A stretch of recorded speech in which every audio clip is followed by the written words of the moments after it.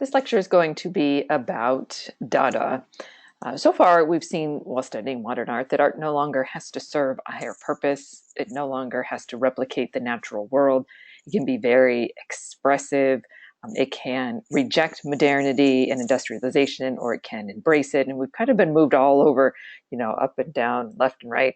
But today, we're going to push even further, to a sort of a new mindset. So when you think Dada, don't think so much of a style where we have to sort of memorize the style, like the Fauves, where it talked about all the color, or the futurist, or looking towards the future. When you think of Dada, think of it as being a mindset, a new way of thinking and being, and not so much a style. All right, let's talk about the backdrop for this new mindset, and that is World War I. This war has dates of 1914 to 1918. The thing to know is that it's the first technologized war. There was a mass production of weapons, the use of poisonous gas and machine guns, portable machine guns for one man to use, and submarines and airplanes dropping bombs. There were thousands and thousands wounded and mutilated. And this had a great psychological impact throughout Europe and the United States. Shell shock was a new concept, and the trauma was very much widespread. Another thing to know is that the media was used very much for propaganda.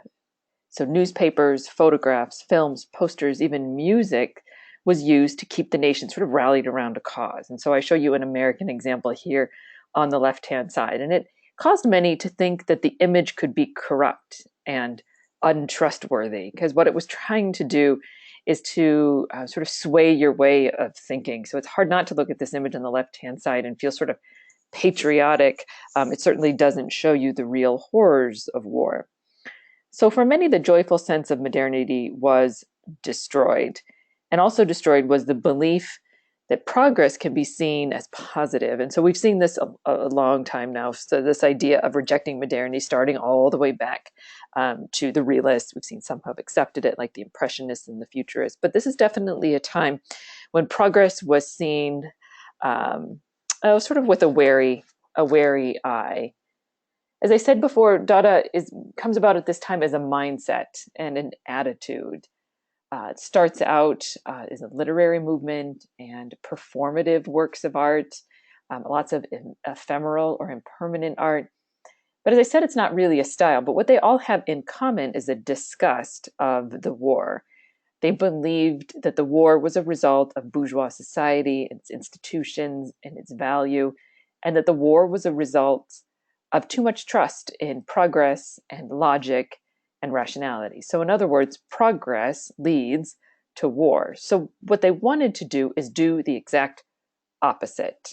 So the opposite of progress and logic and rationality is the irrational and the absurd and the humorous and satirical. Dada has sort of nihilistic streak, the idea that life is without meaning or without purpose, because they didn't believe in any of society's structures. They didn't want to bank on anything. They wanted to destroy all prevailing norms, including artistic conventions and institutions from the past. So much so that they had an anti-art attitude. So we kind of see them as is aligned with the art world and not being an art style, but having sort of an artistic mindset. But at the same time, they were anti-art, the buying and the selling, any kind of confines that were placed on the creation of anything generative or creative, anything that could be made by man. So they found a new ground for art. If they're going to be anti-art, how do you create art if you're anti-art? You can see there's a little bit of a conundrum there. So they created art that is not sellable, not really exhibitable. So things like performance, you really can't sell that and you can't put that in a museum, or poetry, or things that were random and spontaneous, but also things that were ephemeral, that would break apart. And we can certainly see that with our image here on the right-hand side, or things that were improvisational. The name Dada really is something, there's all kinds of sort of creation stories about how this name comes about. But ultimately, at the end of the day, it's an irrational and a nonsensical term. So that's sort of an interesting contrast with, say, the futurist. Well, that signaled what that group is about. They looked to the future. Or that neoclassicist, or a new look at classicism. The realist showed you what's real. The impressionist gave you an impression. The Dadaists really gave you something that was irrational and nonsensical, just as that term shows you. And again, remember, this is all a turning away from progress, logic, and rationality and industrialization, because all of that leads to the horrors that they witness, this horror being World War I. So the image that you see here on the right-hand side, Marcel Janko's Mask from 1918, is a prime example of a work created by a Dadaist. It's made of paper and cardboard and string. It's painted. These are all very common materials. It is very fragile. It was used in performances, and he said that wearing the mask would compel you to act unpredictably. Unpredictably, of course, is a good thing. It's the opposite of moving with sort of purpose. It is purposely, this image, de-skilled. Anybody could make it. Remember this anti-art attitude, anti-establishment sort of attitude, and very unpretentious. It's not the kind of art that you're going to hang in a museum. And many thought that it may even make reference to facial prosthetics. The war had disfigured so many people that many people wore these sort of masks over their faces to hide that disfigurement, or would fill in spaces on the face that had been maybe hit by shrapnel. Let's look at another, probably the most well-known Dada artist, and that is Marcel Duchamp. And this is his work. It's called The Fountain. This is what's called a ready-made. That means it's prefabricated, and it is, some people may be able to identify this, a store-bought urinal. It's turned the wrong way, so you can see here's the drain down here. And it's signed with the name R. Mutt and the date 1917. R. Mutt was a fictional character. Richard Mutt from Philadelphia was the way he signed this work. So he exhibited at the New York Society of Independent Artists, their first exhibition in 1917, and it was thrown out. So even though the society was the most progressive of its day and there was an open admission policy, they wanted very democratic exhibitions.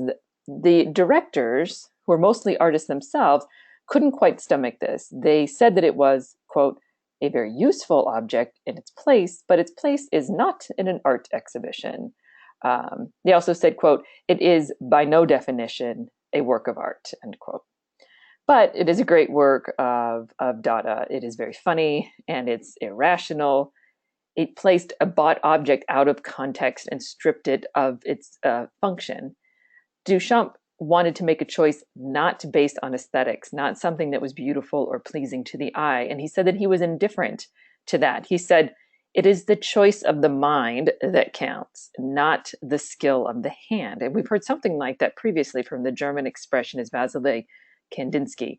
This is very big. It's a big shift in the way of thinking when we think back to the Renaissance and this idea that it really is the hand that makes the artist and what they can create. But Dada and Marcel Duchamp said, no, it's what's in the mind. And you can see why sometimes these works are not completely appreciated, because people want to see something that they can't create on their own. So he wanted the work to be aesthetically uninteresting.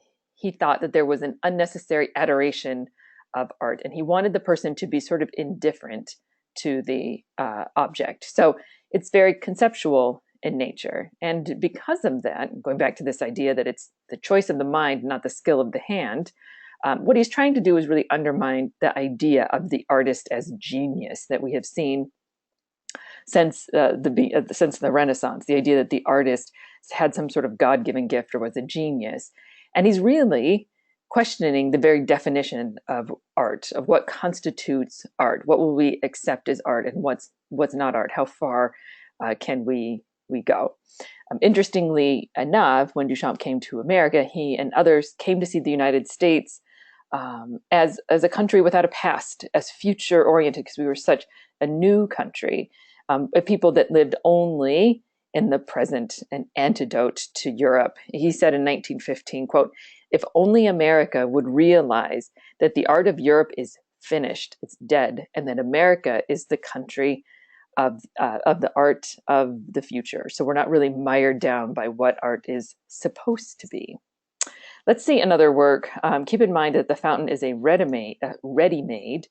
And this work is an assisted or a rectified ready-made. So he takes this cheap postcard-sized reproduction of Leonardo da Vinci's very famous Mona Lisa, which we've studied. He draws a mustache and a goatee, and he adds the letters at the bottom, LHOOQ, which said in French is pronounced LHOOQ, which means she has a hot behind. So it's kind of a witty stab at traditional high art. You can really see what he thinks of these sort of great masters, and that he takes this and sort of defaces it in a way. So it's a rectified ready-made, and that the poster would be the ready-made, but he changed it in some way.